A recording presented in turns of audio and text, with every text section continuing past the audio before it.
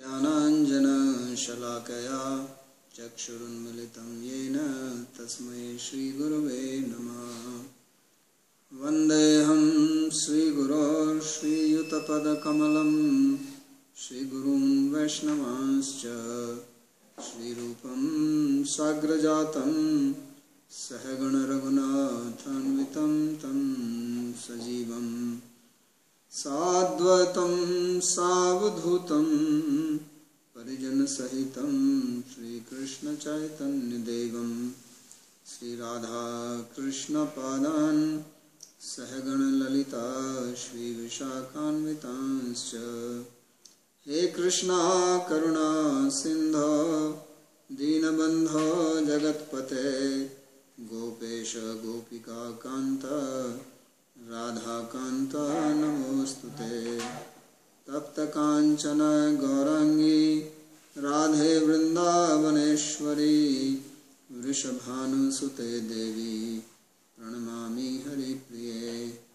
नमो महावदान्याय कृष्णप्रेमप्रदायिने कृष्णाय कृष्णचैतन्य नामिने गौरत्विषे नमः। पञ्चतत्त्वात्मकं कृष्णं भक्तरूपस्वरूपकं भक्तावतारं भक्ताख्यं नमामि भक्तशक्तिकम्। श्रीकृष्ण चैतन्य प्रभु नित्यानंद श्री अद्वैत गदाधर श्रीवासदि गौर भक्तवृंदा। हरे कृष्णा कृष्णा कृष्णा हरे हरे हरे राम राम राम हरे हरे। जन्माद्यस्य यतोऽन्वयादितरतश्चार्थेषुभिज्ञस्वराट् तेने ब्रह्म हृदय आदिकवये मुह्यन्ति यत्सूरयः। तेजो वारिमृदां यथा विनिमयो यत्र त्रिसर्गो मृषा धाम्ना स्वेन सदा निरस्तकुहकं सत्यं परं धीमहि। नारायणं नमस्कृत्य नरं चैव नरोत्तमं देवीं सरस्वतीं व्यासं ततो जयमुदीरयेत्। स्वस्ति अस्तु विश्वस्य खलः प्रसीदतां ध्यायन्तु भूतानि शिवं मिथो धिया। मनश्च भद्रं भजतादधोक्षजे आवेश्यतां no मतिरप्यहेतुकी। Reading from Srimad Bhagavatam, Canto 7, Chapter 15, Verse number 1. Instructions of Sri Narada to Yudhishthira Maharaj. So he is continuing to teach him. As we read in the previous chapter, he spoke about the best object of charity and service, and that he said is Krishna himself. And on the basis of how much godliness is manifest in a person or an object, then correspondingly they also have that qualification or patrata. So now in this chapter he summarizes what he has been speaking in the last 4 chapters, because beginning from 10th chapter he started explaining about the varnashram. So this is the last chapter.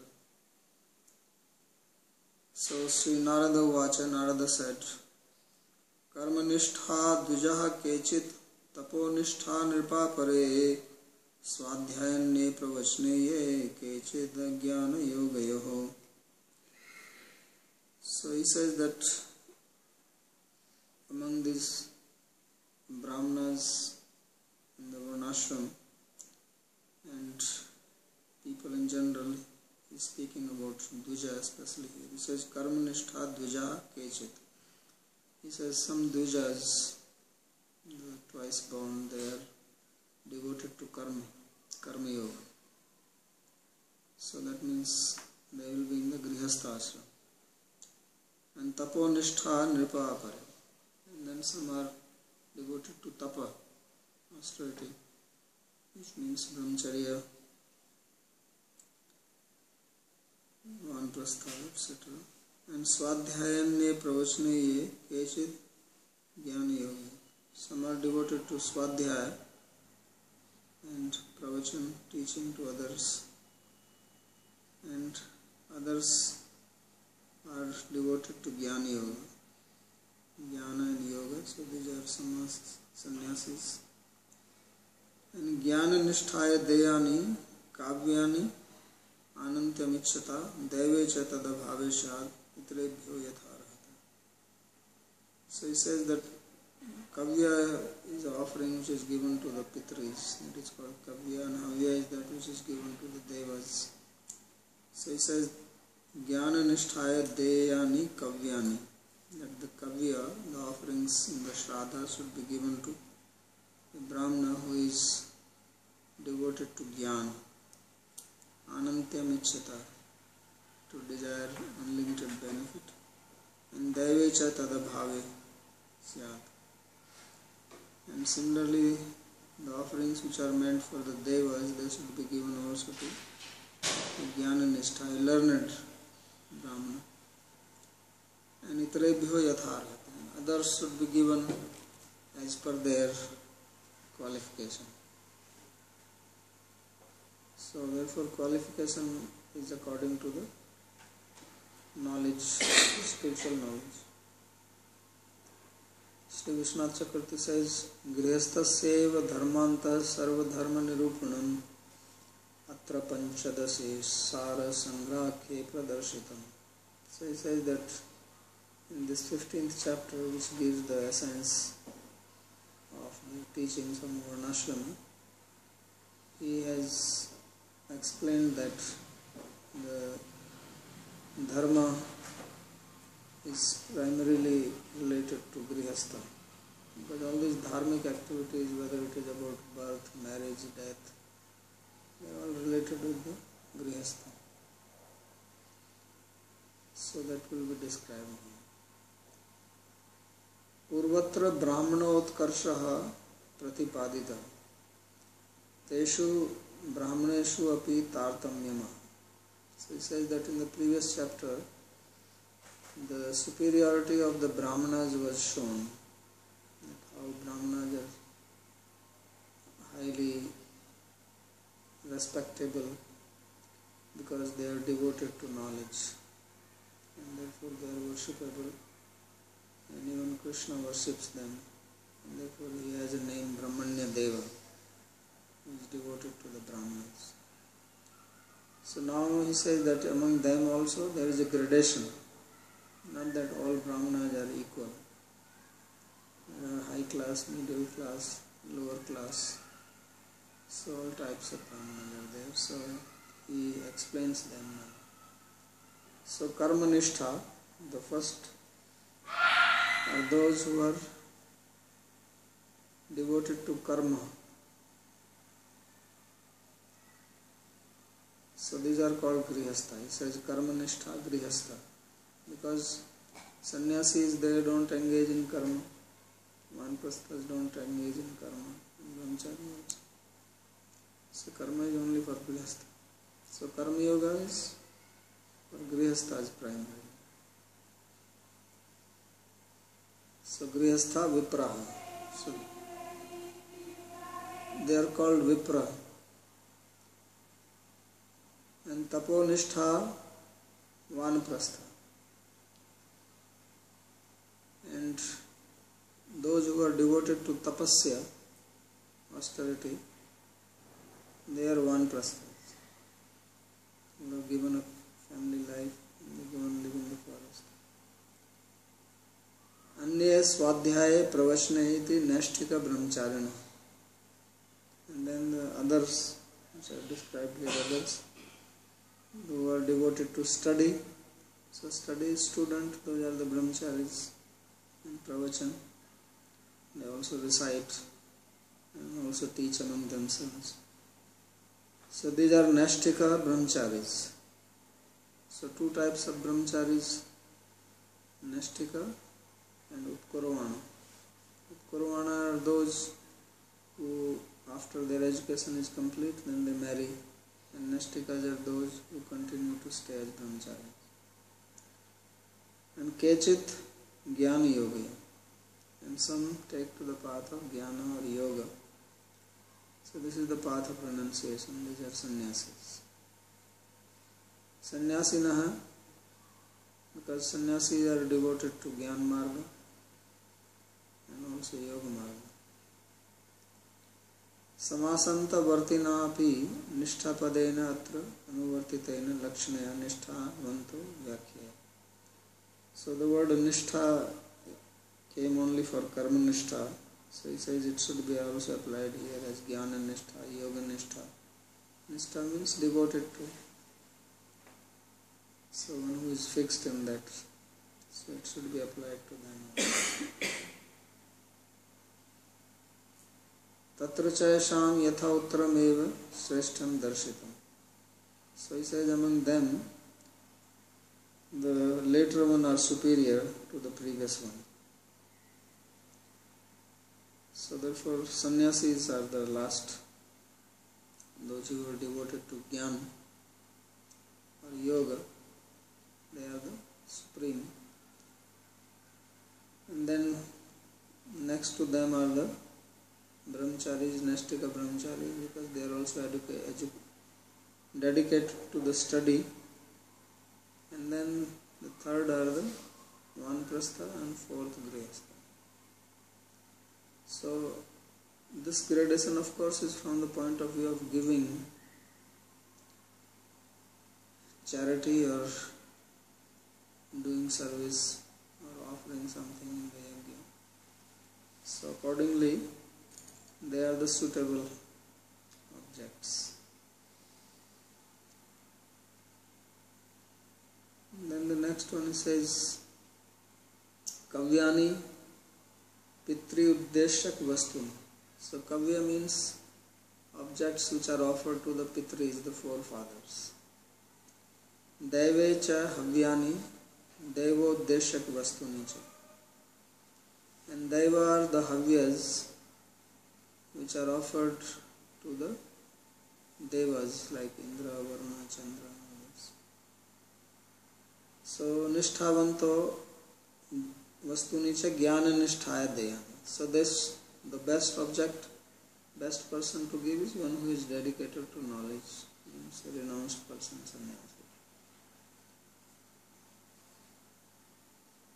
Anantyam moksham pitrinam swasya iti moksharthina grihastena sannyasina evadhikyena bhojneya.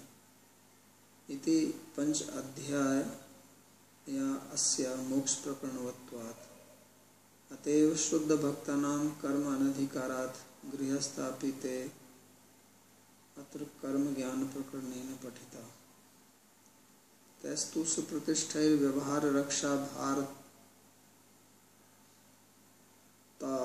अम्बरीषादिभिरिव स्वप्रतिनिधि द्वारा कर्म करणेन भक्ति मार्ग निंदाधि अनुत्थानार्थम एव क्रियते इति उक्तं पंचम. So he is making a point. He says the word Anantya here means liberation. That if you want moksha, then it should be given to such a person. Jnana Nishtha, one who is dedicated to knowledge. And therefore he says that the Grihastha, the family man who is doing Shraddha, etc. for the forefathers, because others don't do Shraddha, it is only Grihasthas who do. So they should primarily feed the sannyasis. Because Shraddha you have to feed one or two brahmanas. So that brahmana could be Vanaprastha, it could be sannyasi, it could be another Grihastha, or it could be a brahmachari. So he says best is sannyasi, renounced. So he says Panchadhyaya Asya Moksha Prakaranavatvat. Because these 5 chapters, they are speaking about moksha. Ultimately their goal is moksha and not so much about bhakti. Because this whole varnashrama, they purpose is mukti, dharma, artha, kama, moksha. So, what about those who are devotees and their grihasthas? So he says, Ateva Shuddha Bhaktanam Karma Anadhikarat Grihasthapi Te Atra Karma Jnana Prakaranena Patita. So he says the devotees, they are grihasthas, then they are also included here, but they must know that their goal is not moksha. Their goal is bhakti. But they are also included in this description as part of it. So what they have to do, he says that Supratishtair Vyavahara Raksha Bharata Amrishadi. That those who are established Grihastha Vaishnavas, what they have to do? A Vaishnava Grihastha does not have the right for Karma Marga. Means he is not obliged to do any activities which are related to Karma Marga, Karma Yoga. Not only that he is not obliged, actually he should not do them. His path is bhakti, not karma. But he says that if someone is established in the society, well known, then it is better that they do it just so that the system continues in the society, the people do not misunderstand. Because if some established person will not do it, then common person will also give it up. So he says that then they can have a representative, and the representative can be utilized to do the karmakanda activities by Vaishnava, so that people do not criticize. Bhakti marga nindadau anutthana arthame. Otherwise, there may be some people who will criticize that, oh, he is not following anything, he is a dharmic, because he is not even doing this puja, that puja. That is one problem. And then they will criticize the whole path of bhakti itself, that these Vaishnavas are useless, they don't follow any dharma. Because for them dharma is only following these karmakanda activities, and if you don't follow them, then they think that you are actually a heretic. So therefore, Sri Vishwanath Chakravarti says that they should also do it, either themselves or through a representative. And the second reason for doing is that if they are well known in the society, then other people may also follow their path, their behavior of not following the dharma, when actually they are not devotees. So this will bring degradation in the society, therefore they should do it. So these are the two reasons for Vaishnavas to continue. If they are Grihastha Vaishnavas, and especially part of the Varnashram society, living in the Varnashram society, they are Vaishnavas but they are Grihasthas, so they should also act like other Grihasthas. Although they don't have faith in it and they are not obliged to do it. They are not expected to do it, but still do it. So he says that this was described in the 5th canto also. This topic came there. Ekadashe cha pratipadishyate. And this will be explained later on in 11th canto. How a Vaishnava Grihastha has to behave. So that means if one is living in a particular society, here of course they are talking about Varnashrama, but if some Grihasthas are living in some other society, then maybe they can observe the rules of local people just for the sake of being in the society, but not really interested in them.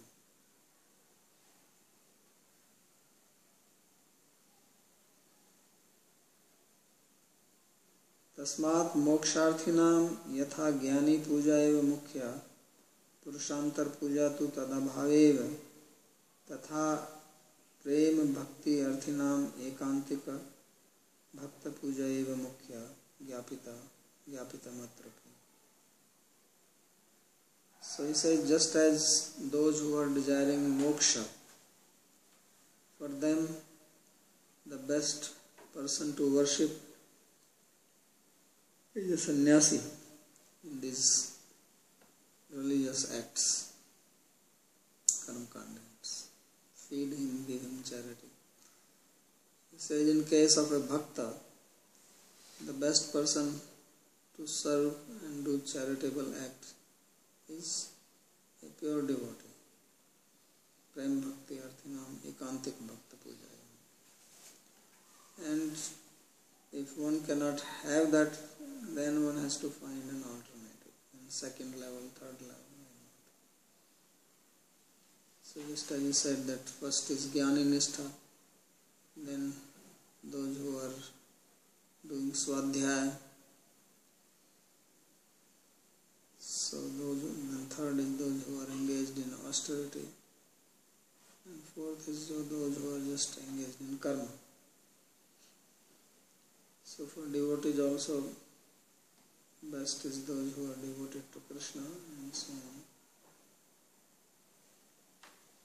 Savai punyatamo desha iti padde vakya. This was also explained in the commentary of the verse 27, 14th chapter, last chapter. Muktanam api siddhanam narayana parayanaha sudurlabha prashantatma kotishvapi mahamune ityadina jnanibhyopi tadutkarsha shravanat. So why a pure devotee or ekantik bhakta is recommended for worship? Because in this verse of 6th canto it is said that a Narayana Parayana, a devotee of Narayana, he is superior even to those who are muktas, who are liberated. So that means he is superior to the jnanis, because mukta means the jnanis. So jnani is second to him. So therefore, although the verse said Jnannisthaya deyani, that you should give one who is devoted to jnana, but that is not for bhaktas. Bhaktas should give to one who is bhakti nishtha.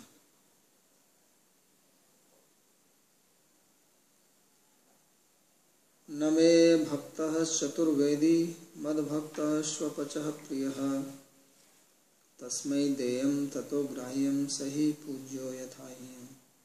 He says that if one knows the 4 Vedas, he is not my devotee. He is not dear to me. But if somebody is my devotee, even if he is born in a dog-eater's family, then he is dear to me.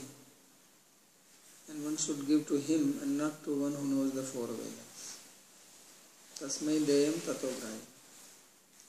So this verse very clearly says that a Vaishnava is a superior object of worship than a Jnani. Even a Jnani is born in a high-class family, but if he is not a Vaishnava, then he is not superior to the Vaishnava. Brahmanetrasyapi tasya sampradanatva shravanat. So even one is not a Brahmana but a Vaishnava, then also such a person can be given charity, rather he should be given.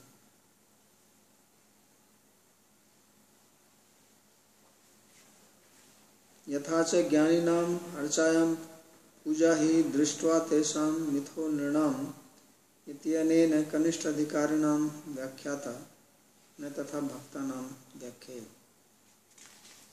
So he says that among the path of jnanis, jnana yogis, they consider the worship of the deity as inferior.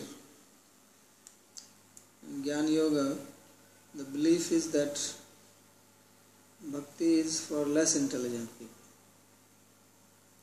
and deity worship is for those who are little dull in the head. They should do deity worship. Those who are with fine brain, they study Vedanta. No, this is actually, they believe like that.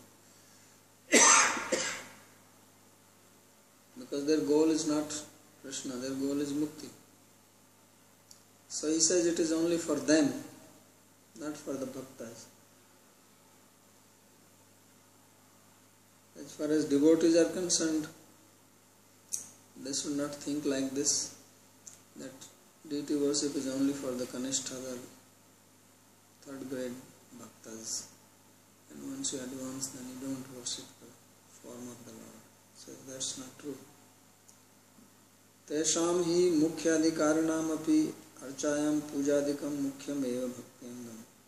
He says, on the path of bhakti, even the topmost devotees, those who are qualified to perform bhakti, he says that they also do puja of the archana. And this worship of deity is one of the primary links of bhakti for them. It is not something inferior or low class or meant only for beginners, nothing like that. So he says this is stated in Bhagavatam, 11th canto, by Krishna himself. Mallingam vada bhaktajana darsana sparshana archanam paricharya stuti prabhuva guna karma anukirtanam. So he says that to have darshan of my deity form, to have darshan of my devotees, to touch them, to worship them, to do seva to them, to recite prayers, to bow down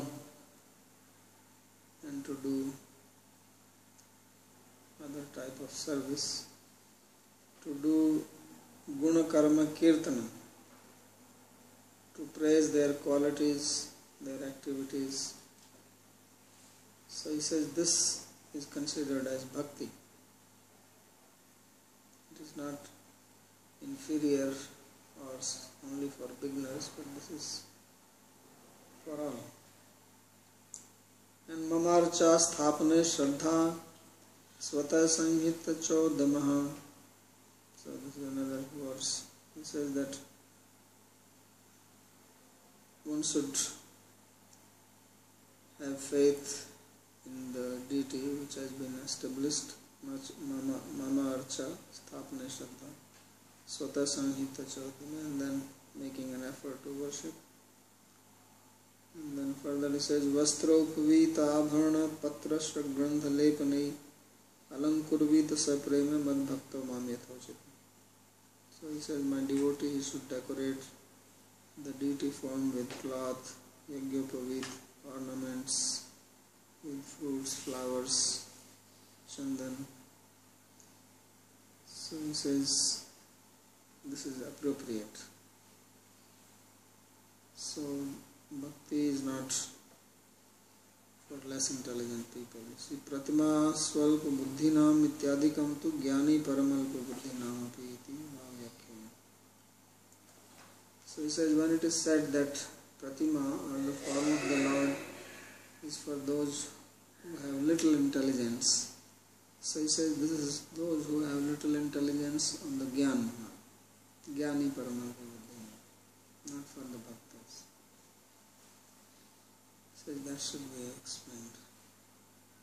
Narsingha Purane Brahma Ambarish Adinam api tat puja shravana. So he says Narsingha Purana describes that even Brahma worshipped the deity, Ambarish was doing it. So they are not people of less intelligence. So if it was meant only for those who have little intelligence, then why a person like Brahma is doing it? So that's not true. Tasya mahimadhikyam Vishnu dharme cha tam adhikritya Ambrisham Prati Shri Vishnu Vakya. So he says that the greatness of deity worship is described in Vishnu Dharma Purana. And there is a statement made by Shri Vishnu himself to King Ambrish while referring to the deity.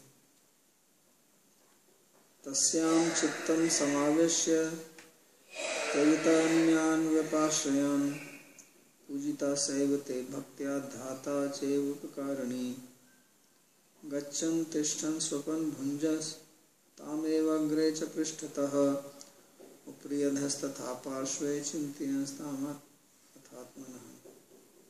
So he says that you fix your mind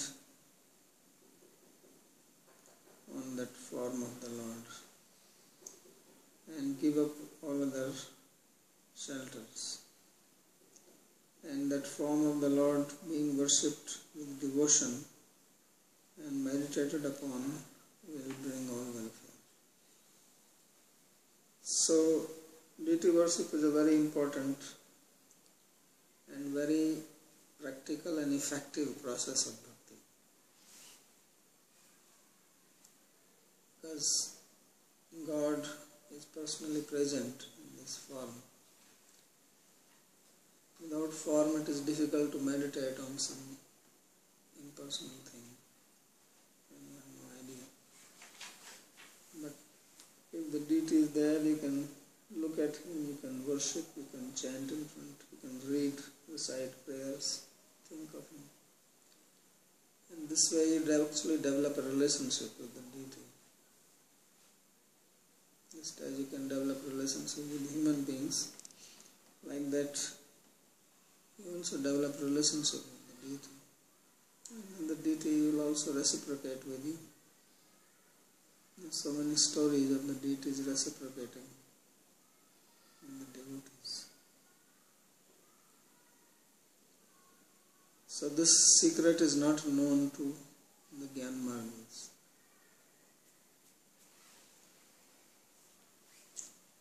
And then when your relationship is there with the deity, why you have to stop it? This is part of bhakti. So he says, therefore, while walking, standing, sleeping, eating, should always think of him. Agre prishtha upriyadha, up, down, left, right. Says always think of the deity. So there are people in India who may not be very learned or scholarly, but they do deity worship and they are very devoted to that. They are very fixed.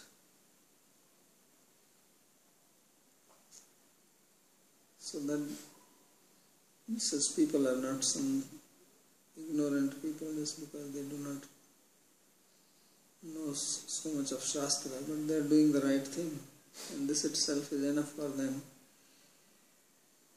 to make free from the bondage of material existence and transport them to the spiritual world. Skandecha Shalagram Shila Yatra Tattirtham Yojanatrayanti. In Skanda Purana it is said that wherever there is a Shalagram Shila, then the area, the radius of 3 miles becomes Tirtha, holy, just by the presence of Shalagram. That's why India was Tirtha, because there are so many Shalagram here. In every village people will have Shalagram. There was always a village within 3 yojanas. Because one yojana is 8 miles or 24 miles. So there will be definitely another village within 24 miles. And then from there another 24 miles. So whole India will become Tirtha. Still it is a Tirtha because there are so many Shalagrams. Shalagram समीपे तु क्रोशमात्रं समन्ततः कीकटेऽपि मृतो याति वैकुण्ठं भवनं नरः. Says if a person dies within the area of 1 yojana of a Shalagram Shila, then he goes to Vaikuntha after death. So all you have to do is just die. Finished. So Kikataepi mrito yati. Kikata is some part somewhere in Bihar that is considered as very inauspicious place. So it is said that if you go to that place Kikata, then you have to do atonement. So Tirtham Vinayadi Yati Prashchittam Arhati. If you go there except for some religious purpose, then you have to do atonement because you get impure. Says, but if Shalagram is there, then Kikata also becomes pure.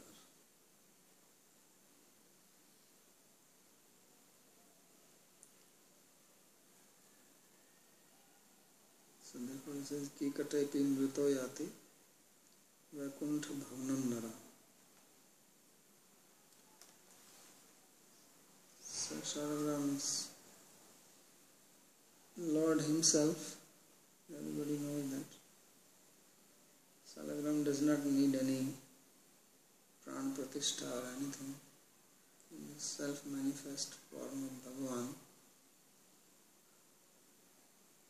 And Shalagram is not created by any human being. It's quite amazing how they have so many different forms. They are coming from the river, Gandaki river, Narayan Tirtha, right? Or Mukti Sarovar.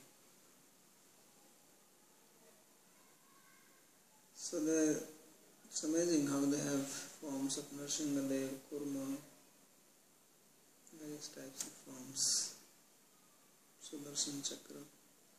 So nobody made them. And there are thousands and thousands of them all over India, Nepal, Bangladesh, wherever the Hindus are. So they are worshipped for thousands of years. So they are self-manifest form of Bhagavan.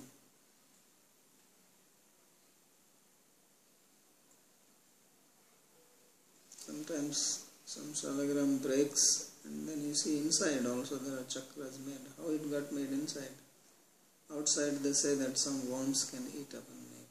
And people give that explanation. So what about inside? Inside there is chakra. Nicely done. Nicely carved. So how it became inside? Some scientific explanation has to be given. So this is self-manifest. Lord himself manifested. The story in the Puranas about it. That's why in India Shalagram is worshipped. Every temple will have Shalagram. So Shalagram does not need any pratishtha or anything like that.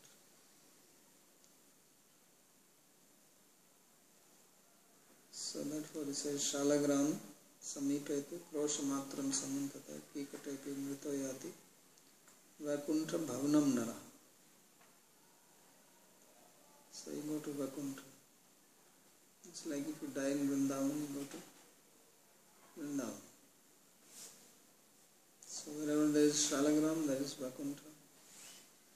If one dies, then he goes to Vaikuntha. Therefore in India, when people die, if they know, then they put Shalagram on their chest, right? And Tulsi on the mouth, Ganga Jal, Ganga water inside the mouth of a dying person. They do it in Nepal? You don't know.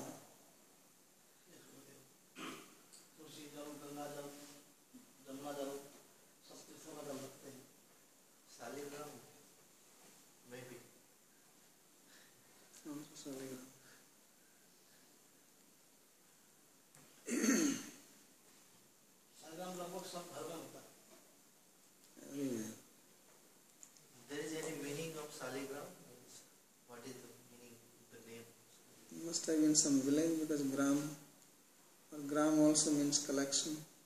It comes from probably Shila, or maybe there is some village by that name, Shalagram.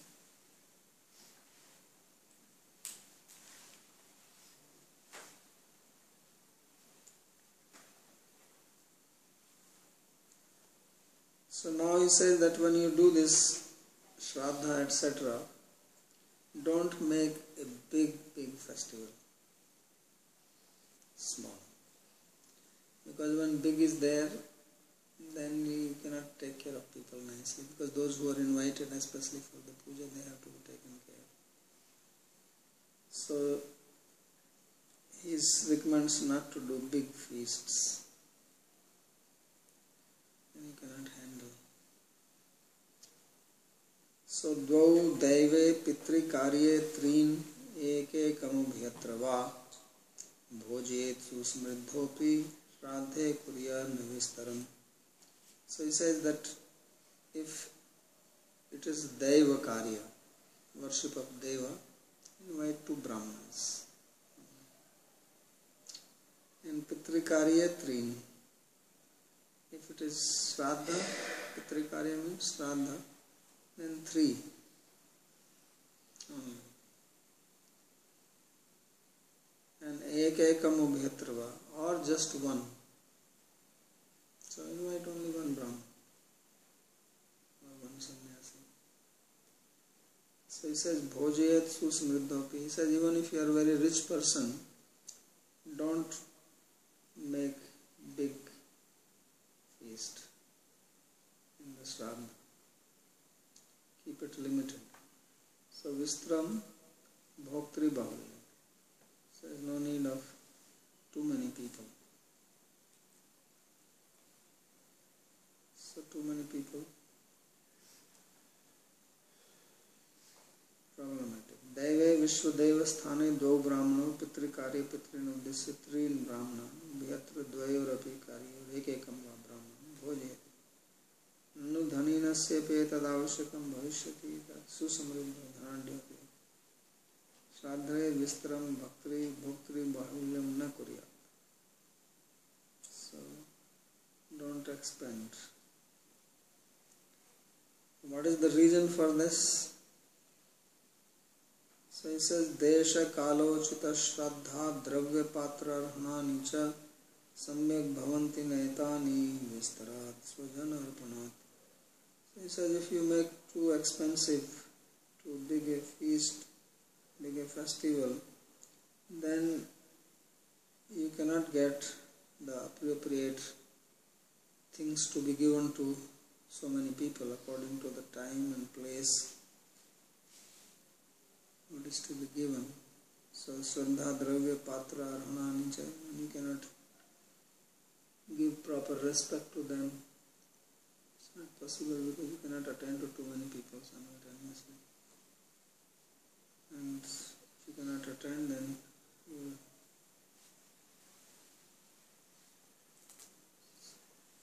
will get into trouble because you can make people upset.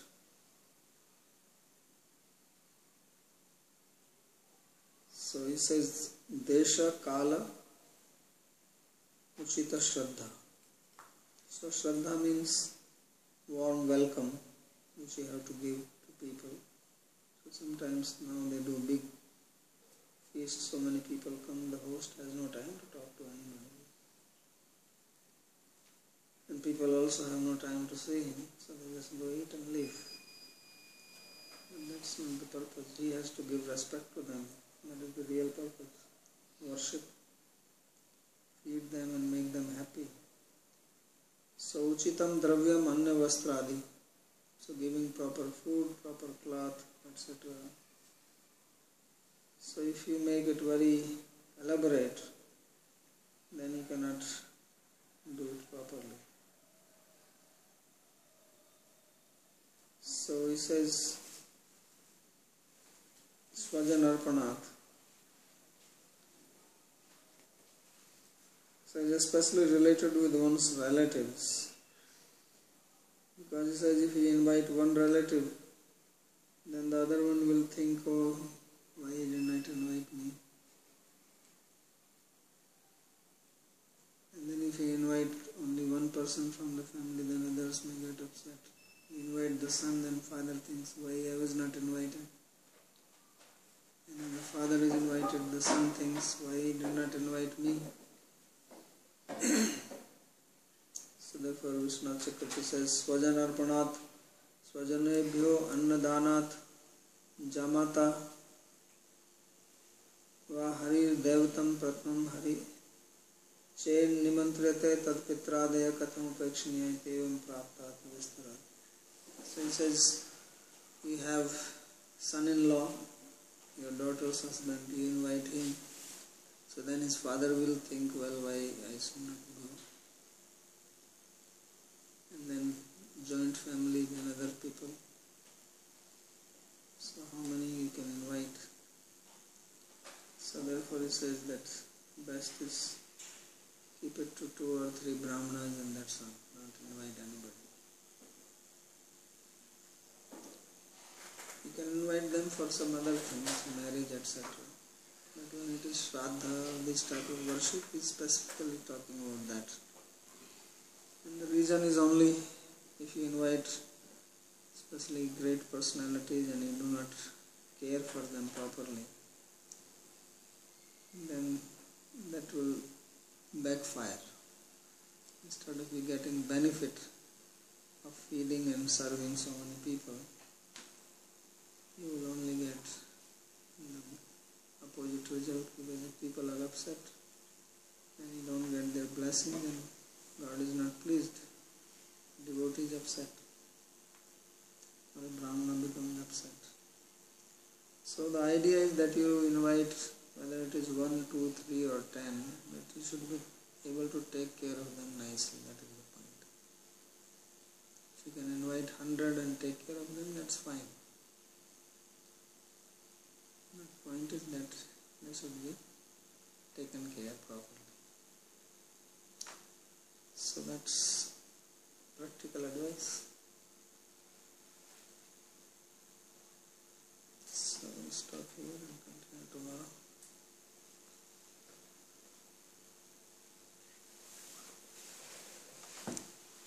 Is not Pratipada tomorrow? Tomorrow is Patipada? Yes. You said 2 days after.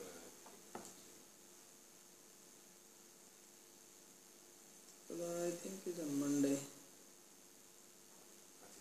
I think so. But I can check.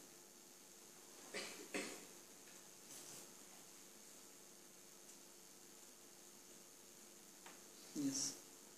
So the distinction between the brahmacharis who were doing svadhyaya and the sannyasis who were doing jnana and yoga, how is that distinction made? Because aren't both jnana and yoga, meaning jnana, both like 2 composites of svadhyaya, or I guess japa and... No, the Swadhyaya here refers to study of the Vedas specifically. The brahmacharis used to stay in the Gurukula and study the Vedas. So what is jnana referring to here? Jnana means taking sannyas, no family, no possessions, as we read before, and meditating on Brahman. That's what jnana means. These are technical words. Jnana does not mean here knowledge, that is also one meaning. Jnana here means the path of Jnana Yoga, which means path of renunciation to realize Brahman and attain moksha, Sayujya Mukti, Brahma Sayujya. That is called Jnana. And how is one meditating on Brahman? How does one meditate on Brahman? One has to think that all what you see is manifestation of Brahman. Are you like thinking tatvamasi in the head when you're walking around? Are you Yes. sitting down? Are you... Both.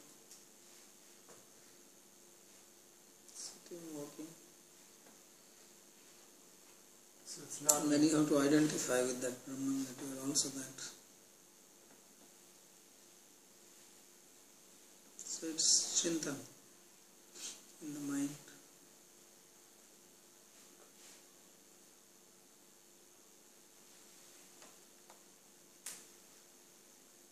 Very difficult.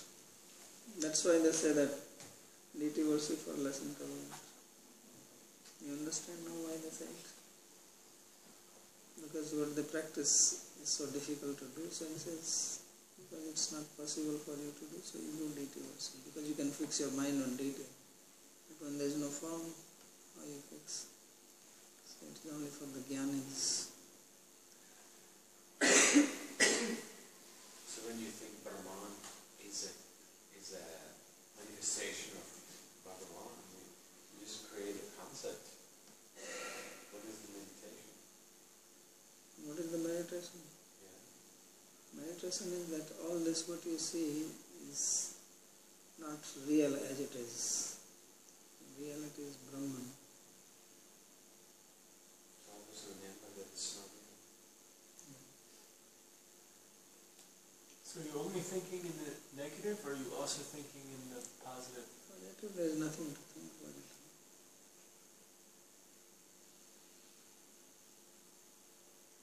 So it's only the neti.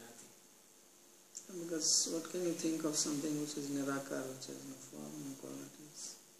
Whenever you think of something, and it has to have some form and quality or action, you can only think of that.